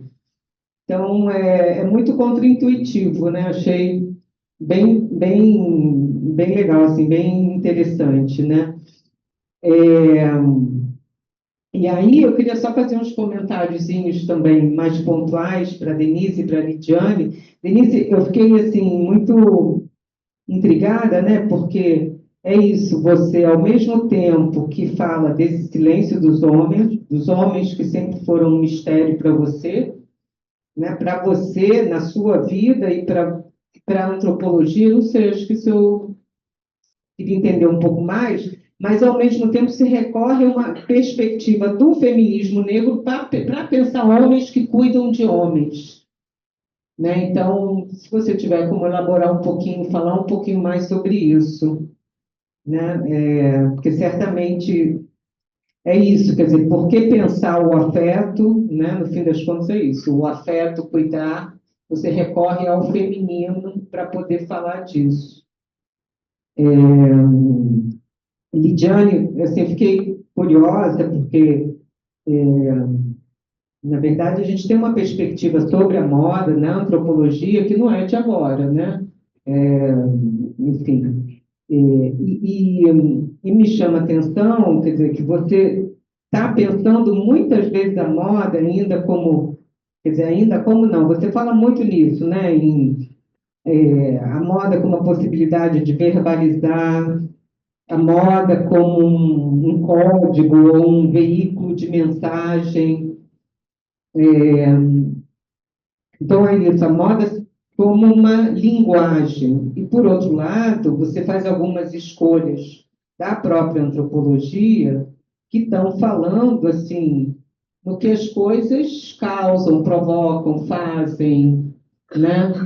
Então, eu fiquei pensando assim, fiquei sentindo um pouco de falta de você se voltar mais para as contribuições da própria antropologia para pensar moda, né? Eu mesma venho fazendo isso, inclusive com cabelos claros, a Denise sabe disso. Então, eu senti um pouco essa tensão mesmo, que eu não sei se tem a ver com a tensão um pouco, né? Como que se relaciona com essa tensão que a Denise apontou, que para ela é muito difícil hoje colaborar com pessoas brancas. Então, eu fiquei pensando nessas colaborações para além daquilo que o objeto, como tema, suscita, né? E eu acho que para o Sérgio, eu um pouco comentei, mas uma coisa que me chamou muita atenção, Sérgio, como a Europa é marcada, né? Está realmente muito marcada pela guerra e pela migração e pelo deslocamento.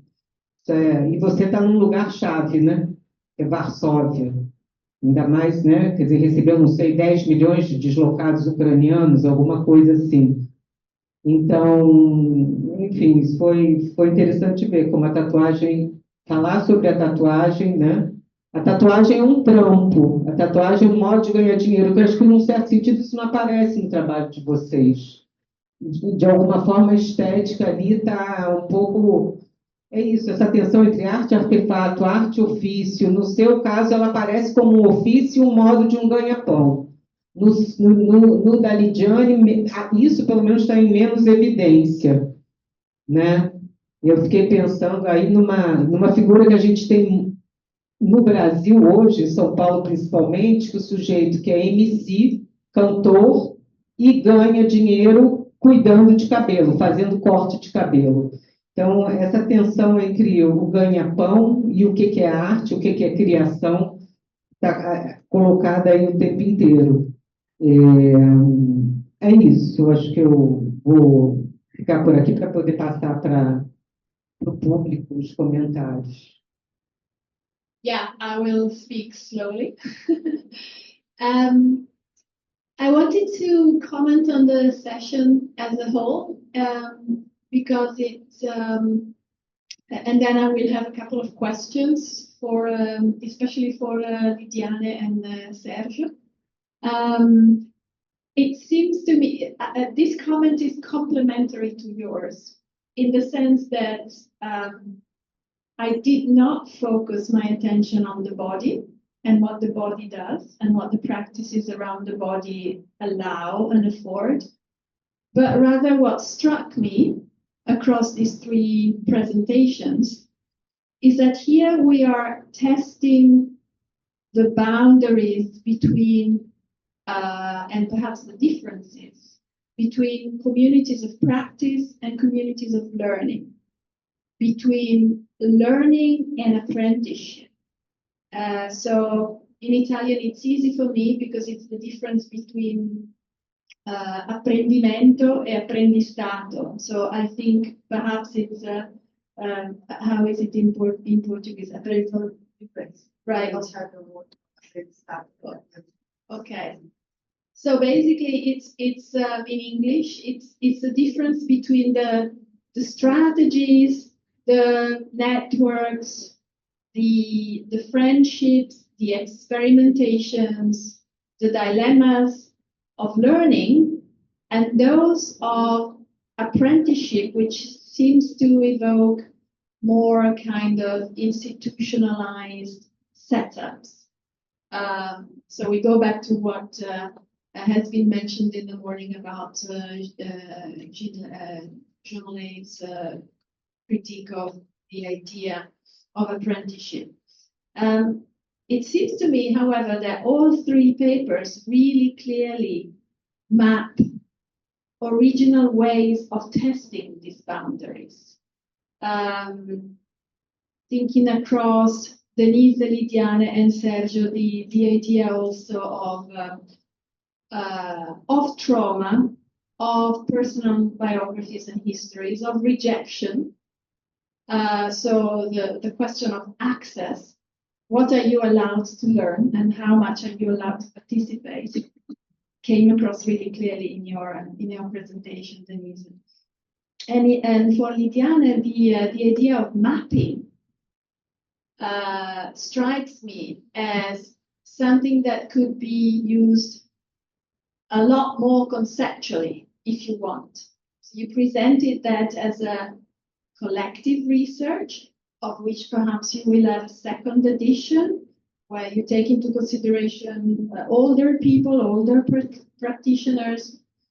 But I wonder how much the actual practice of mapping this community of practitioners creates the community. That is something that you said very briefly, presenting the project, explaining that it is a transition from invisibility to making visible, but it is also an act of conceptualization, of identification that you make, collectively, but also it's really the imprint of your action, your engagement, your intervention.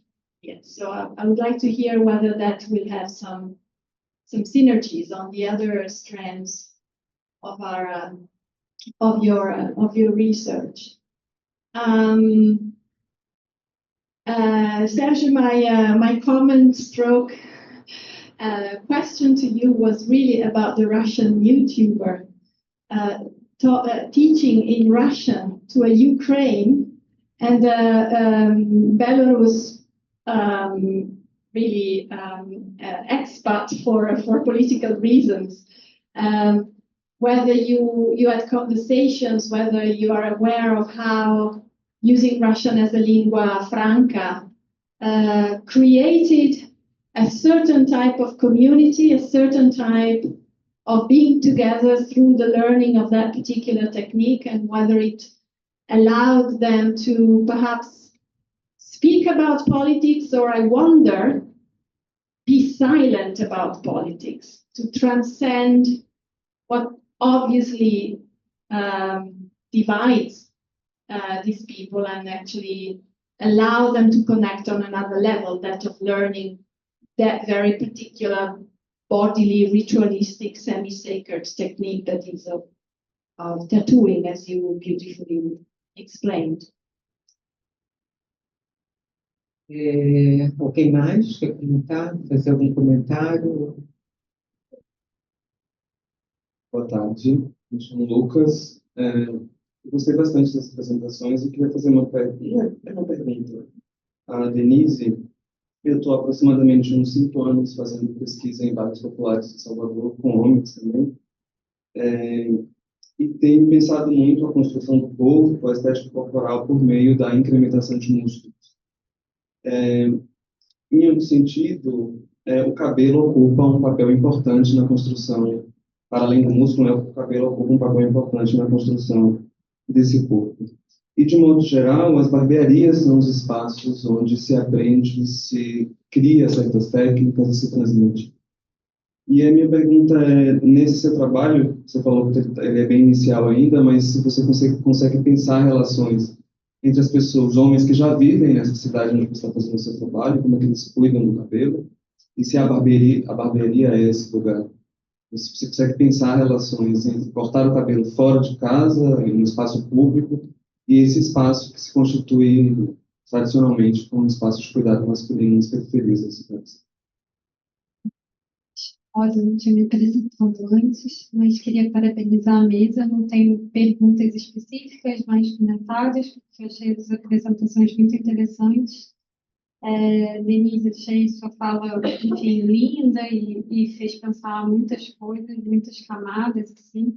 E uma delas foi algo porque me remeteu muito ao filme do Emílio, Deixa na Régua, né?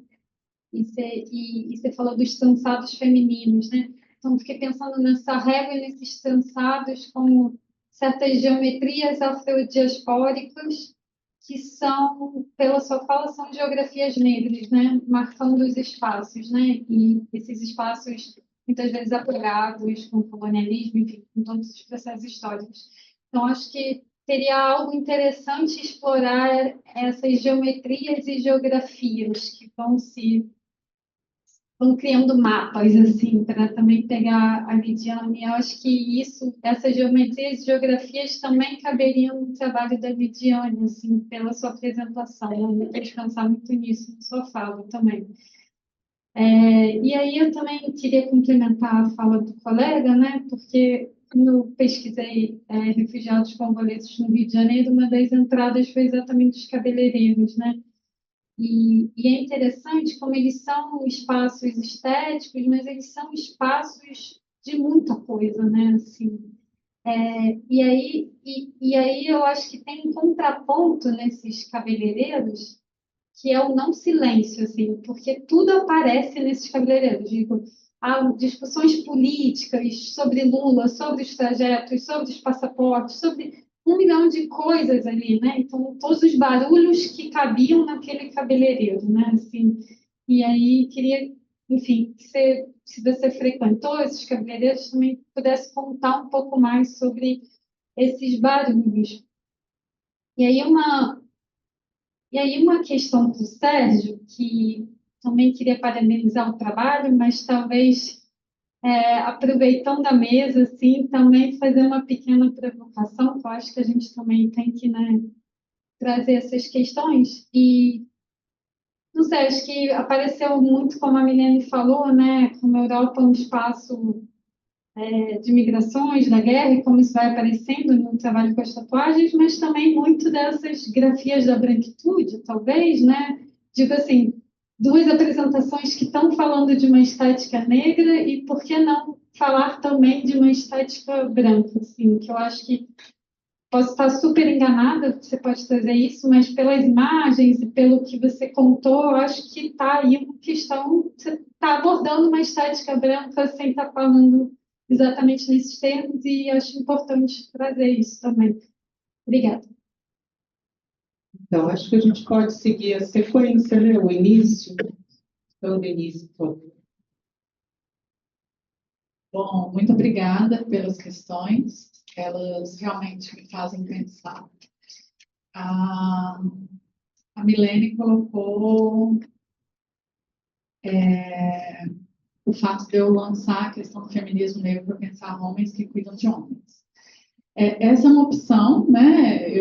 A minha tese, ela dialoga com o feminismo negro, ela parte do feminismo negro como metodologia, que por si é uma metodologia interdisciplinar, que aí eu já dialogo, inclusive, com a pergunta que você fez para ela, não respondendo, mas talvez te dando pistas, porque eu acho que a antropologia negra no Brasil, ela é interdisciplinar, e ela rompe com uma série de confinamentos e disciplinamentos do campo antropológico. Então, a gente está dialogando com a literatura, a gente está dialogando com a educação, a gente está dialogando com a geografia, né? Eu estou orientando um trabalho que é sobre monumentos em redenção, e um diálogo franco que meu orientando faz é com Milton Santos, para pensar o espaço, né? Para pensar a geografia. Então, a antropologia negra, ela é insurgente, ela é indisciplinada, ela é indisciplinar. Então, mas eu parto de algum lugar. E na tese, o meu diálogo muito íntimo é com o feminismo negro, que, por sua vez, o feminismo negro ele é muito diferente do feminismo branco, também para usar essa coisa de racializar aqueles corpos que não estão acostumados a se pensar como uma raça, né, nos termos de uma construção, obviamente, mas o feminismo negro ele é um feminismo que pensa os homens. Então, por exemplo, Bell Hooks, né, quando ela escreve A Gente é da Hora, ela fala: homens negros, vocês estão em silêncio em se pensar nas suas próprias masculinidades. Eu vou escrever um livro que vai pensar essas masculinidades em diálogo com vocês, mas é para que vocês comecem a se pensar como essa figura que está generificada também, né? E aí, hoje, no contexto brasileiro, você vê homens negros se pensando pensando masculinidade, né? Produzindo isso a partir disso, mas tem um silenciamento. Então, assim, eu acho que é uma questão de angular, né? Qual é o foco da minha câmera? A minha câmera, ela está partindo de mim, da minha experiência, da experiência do feminismo negro, que é em diálogo muito com a literatura norte-americana, mas que já tem um diálogo com as afro-brasileiras também, afro-latino-americanas. e também com as africanas, né? A Oyeron, que ela fala muito da questão de como que não dá para separar o mundo das mulheres, se não tá, não é uma coisa que tem uma cisão, não tem um rompimento, né? A gente critica o machismo, mas sem romper com os homens, porque eles são objetos da nossa história e da nossa comunidade, né?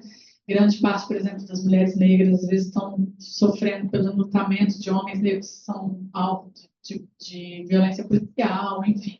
Então, assim, pensar homens a partir do feminismo negro, para a gente é muito tranquilo, né? Assim, tranquilo não é, acho que não é a palavra, mas assim, é uma coisa que a gente faz. Eu acho que as feministas negras, elas fazem um exercício de pensar os homens que estão nos cercando e de, inclusive, convocar esses homens a se pensarem. Então, é mais ou menos nesse sentido. Queria comentar algumas coisas acerca da minha inserção nesse universo. Tem muita coisa para comentar, eu não falei metade das coisas que eu tenho levantado, mas é isso. Eu sou uma professora também, fazendo pesquisa com pessoas que os meus interlocutores são, né, tem uma relação de poder aí, né, de hierarquia. Uma relação interinstitucional. E sou uma mulher. Então, assim, as coisas também ficaram no nível de relacionamento, de pesquisa, que talvez não vá viabilizar minha pesquisa com a minha presença mais. Eu quero convidar o Cisco para continuar a pesquisa, mas talvez eu não vá mais a campo, porque uma série de questões, inclusive de assédio mesmo, de confundir as coisas, do que é a linguagem, o que significa uma mulher querer pesquisar, fazer uma entrevista, assim, da improbabilidade mesmo de uma pesquisa nesse sentido. E aí, mesmo indo em equipe, mesmo indo em contextos públicos, isso começou a ficar de um jeito que eu achei melhor retirar essa minha presença corporal em campo, mas continuar por via de orientação masculina, né? Desculpa, esqueci seu nome. Cristina, você fez a segunda pergunta, eu agradeço. Você falou sobre uma narrativa que parte do trauma para pensar biografias pessoais. Eu acho que assim, o trauma ele é um marcador, né, sem dúvida, para a produção. Isso me deu um insight. Assim. Sem dúvida, o trauma ele é um marcador para a produção da antropologia negra, assim, né? Mesmo a antropologia negra histórica, lá começando com Firman e todos que vão dando continuidade a essa antropologia negra, que eu estou chamando de antropologia negra, né? O trauma é sem dúvida um marcador, porque o tempo todo a gente está consternado com o que estão produzindo sobre a gente, o que estão falando sobre a gente. Então, a antropologia negra, de certa forma, é uma retomada da palavra para a gente, né? E a partir de um ângulo que é nosso. Isso não é consensual, tá? Eu estou tendo dificuldades para fazer questões mais genéricas, porque a antropologia negra também está num momento de efervescência, está se pensando, por isso que eu também tenho dificuldade de ser tão taxativo. Eu acho que a longa duração é importante, porque a gente, na antropologia negra, a gente está num momento de muita efervescência, ecoando muitas vozes, tem uma série de encontros nessas vozes, mas tem muita dissonância, muita... Então, assim, eu acho que não está no momento de fazer grandes elaborações, eu acho que está no momento de recolher, que é o que eu estou fazendo. Eu fiz uma tabela nos lugares que eu tenho ido e os retornos que eu tenho tabelado já tenho feito isso com mais 2 estudantes da UFMG, da pós-graduação da UFMG, a Stephanie e a Rafa, e a gente está refletindo, a gente falou assim, esse é um artigo que vai sair daqui, sei lá, 5 anos.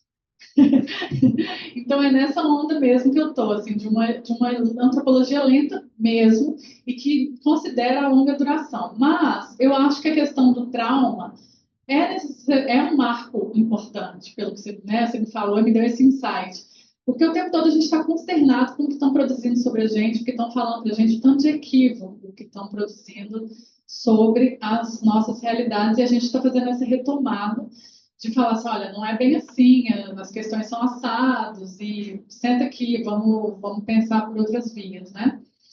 Então, eu agradeço, e até fico me perguntando em que medida, é uma questão que eu coloquei num evento que eu fui em Recife, em que medida a narrativa de si, ela também já não chega num certo esgotamento para nós. Mas isso eu acho que, assim, tem questões que são internas à antropologia negra, aos antropólogos negros, e tem questões que são públicas. Então, a gente está nesse momento de pensar, assim, essa biografia, essa autobiografia, essa narrativa de si, o que a gente faz com ela, se é por aí, se já não tem um esgotamento, se a gente não tem que criar formas coletivas de narrar as nossas histórias, porque a gente está contando a nossa história, né?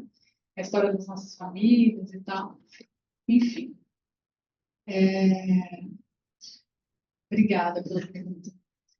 Lucas, muito legal. E aí, já falando uma coisa que a Rosa falou, eu acho que o cabeleireiro, o salão de beleza, ele é um espaço para muita coisa, né? Assim, de conversas que vão desde de economia doméstica, passando por política, passando por migração, passando por venda de objetos, né? E eu cheguei a saber da existência de alguns salões africanos na cidade de Redenção.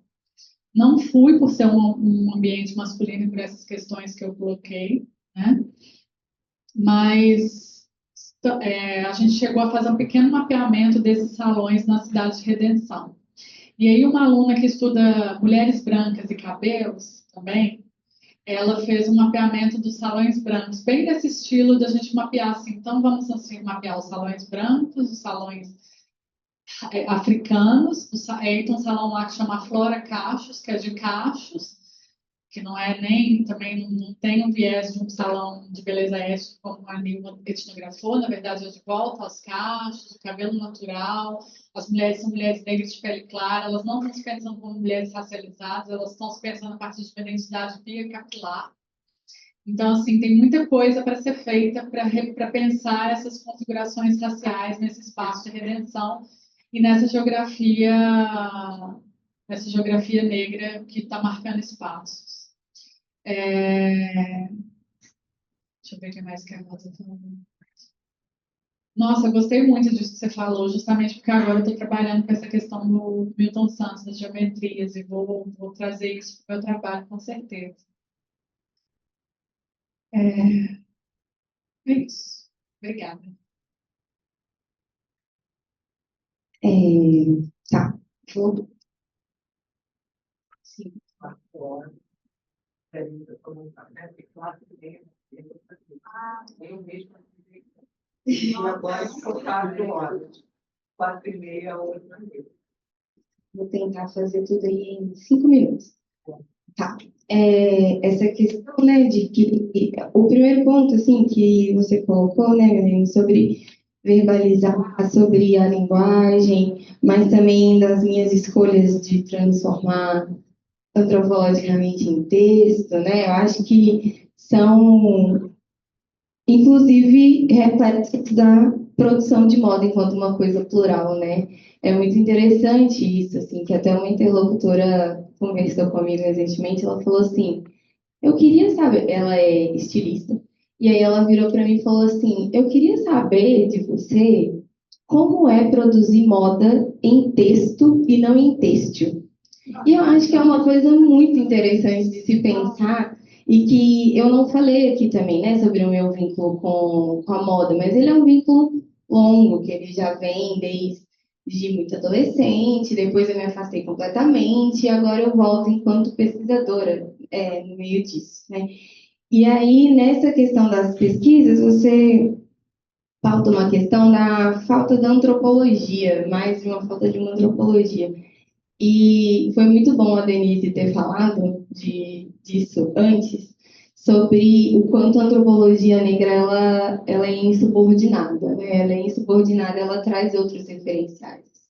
A moda não é uma pauta nova na antropologia, né? Mas ela também, as referências que eu uso para pensar ela são outras dentro da antropologia também. Então, por exemplo, quando fala dessa questão, né, da volta clássica, assim, eu acho que é quase isso, da volta clássica da antropologia, né, eu fico pensando que é isso, quem é conhecido e quem não é nesse fazer antropológico, né? Porque, por exemplo, eu aciono a Nilma Lino Gomes, a Leda Maria Martins, o Monanga, a Beatriz Nascimento, que são todos antropólogos, né?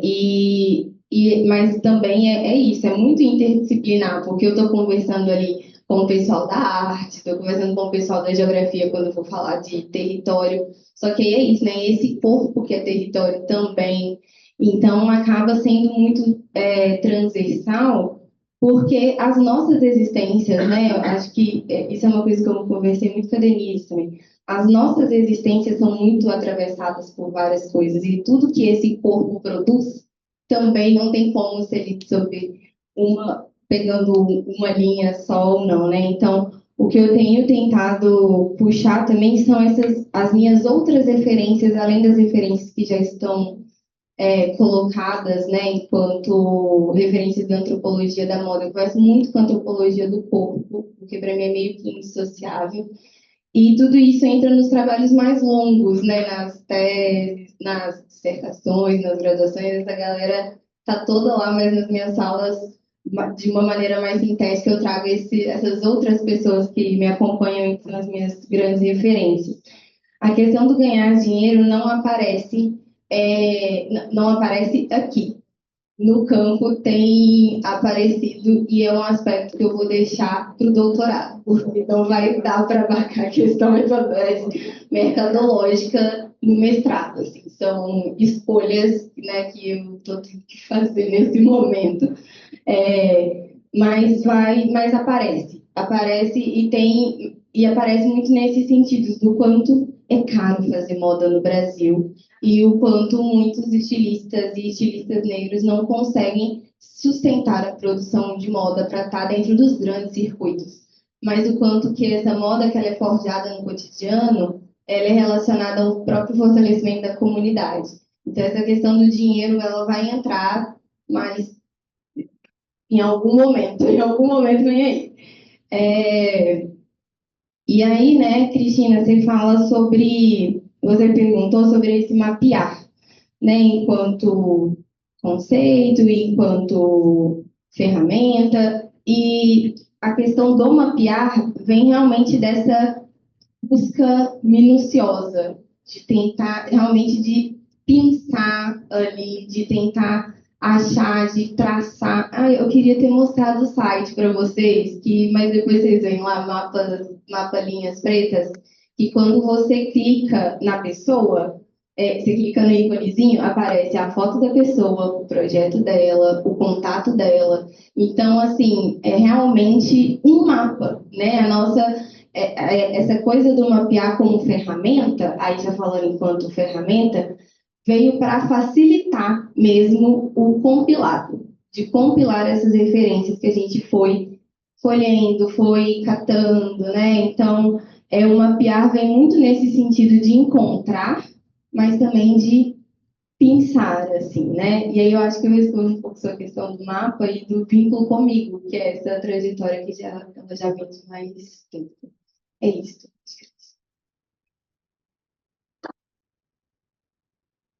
Sérgio, acho que a gente vai ter que colocar lá o microfone de novo. Tem uma Já aqui. tá aqui, já tá aqui. Ah, tá bom. Então pode falar. Posso? Sim, por favor. Ok, muito obrigado pelas perguntas e comentários, muito interessante. Sobre a questão dessa ideia do assunto de muita gente aprendendo a tatuar com youtubers russos, agora sim, é uma questão problemática, é por a questão da guerra e, por exemplo, o youtuber, quando iniciou a invasão da Rússia à Ucrânia, ele saiu. Ele saiu e foi para a Alemanha, não? Ele, ele, ele saiu e ele deixou de compartilhar seus YouTube vídeos, tudo. Aí ele quase fechou o canal da internet e ele só foi lá e está trabalhando, tatuando, não, gente, lá na Alemanha, não? E, na verdade, aqui em Varsóvia, o conflito, a guerra, sim tem repercussões muito fortes, né? Porque é uma situação muito complexa, porque russos, ucranianos, belorussos e polacos, visualmente, são muito similares, né? Se você vê eles, um ucraniano, um russo, belorrusso e um polaco aí na rua, não dá para saber quem é quem até que eles começam a falar, né?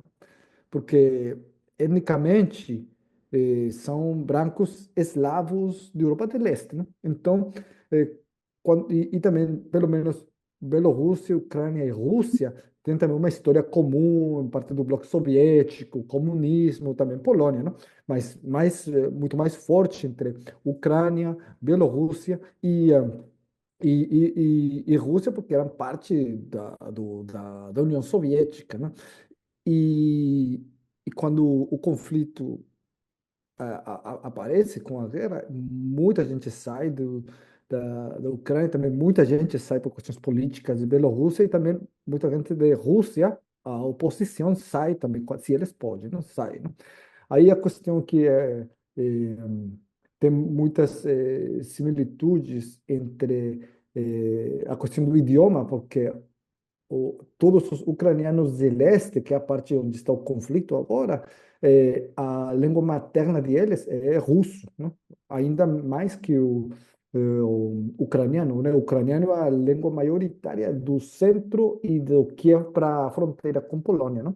Que é o ucraniano como a madre, como a língua madre e então eles já não querem falar russo, só querem falar ucraniano, mas gente da Europa, mais da Ucrânia do leste a língua materna é o russo. Então tem essa questão da influência cultural, mas também um ressentimento agora por a questão da invasão, mortes, tudo, né? E também as tensões com a Bielorrússia, não? E a gente da Bielorrússia e russos aqui em Polônia sofrem muita discriminação, não? Porque são considerados como inimigos, não?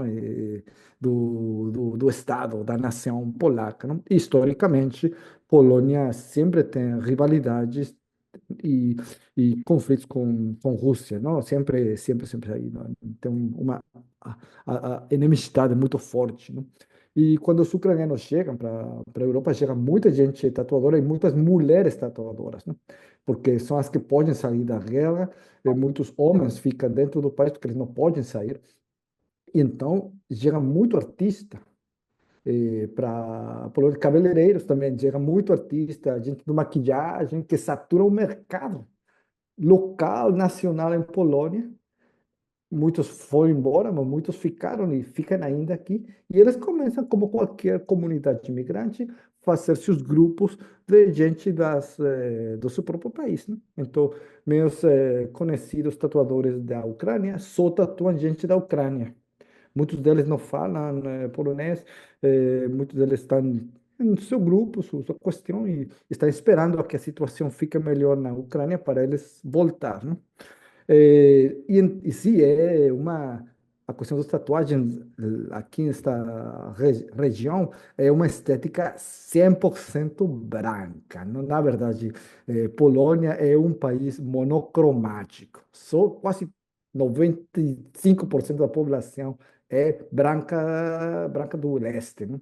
Que não é nem o branco do centro de França, Alemanha, e também da Escandinávia, assim, não é um particular desta região, não? E Polônia é um país monocromático. Eu sou o único professor aqui do Instituto de Antropologia que não é branco e que não é polaco, não? Então, é uma situação muito monocromática, não? Todos os meus estudantes são brancos polacos ou ucranianos. Também tenho vários estudantes ucranianos, não? Mas eles compartilham muitas coisas, né?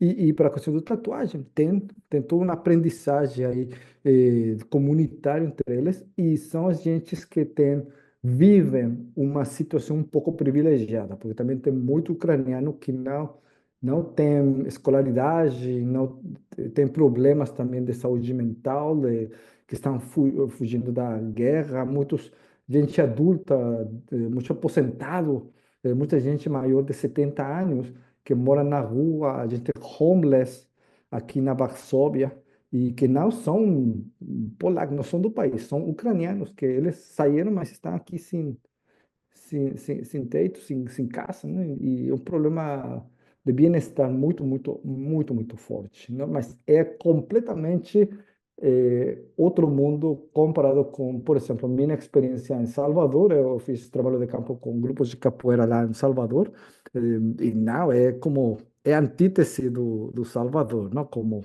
sociedade, não? Mas sim, tem uma estética muito particular ali e tem, ao mesmo tempo, tensões interétnicas entre elas, não? Entre a região, não? Agora por questão da guerra, não? E isso era parte do que eu só queria falar, isso é tudo. Tá certo, Sérgio. Obrigada. Gente, vamos então passar para o café, tá? E a gente volta 4h30, talvez a gente também não pode se demorar muito, porque tem que sair daqui às 6 horas. A gente não pode passar disso. Tá bom? Então, tchau. Obrigada.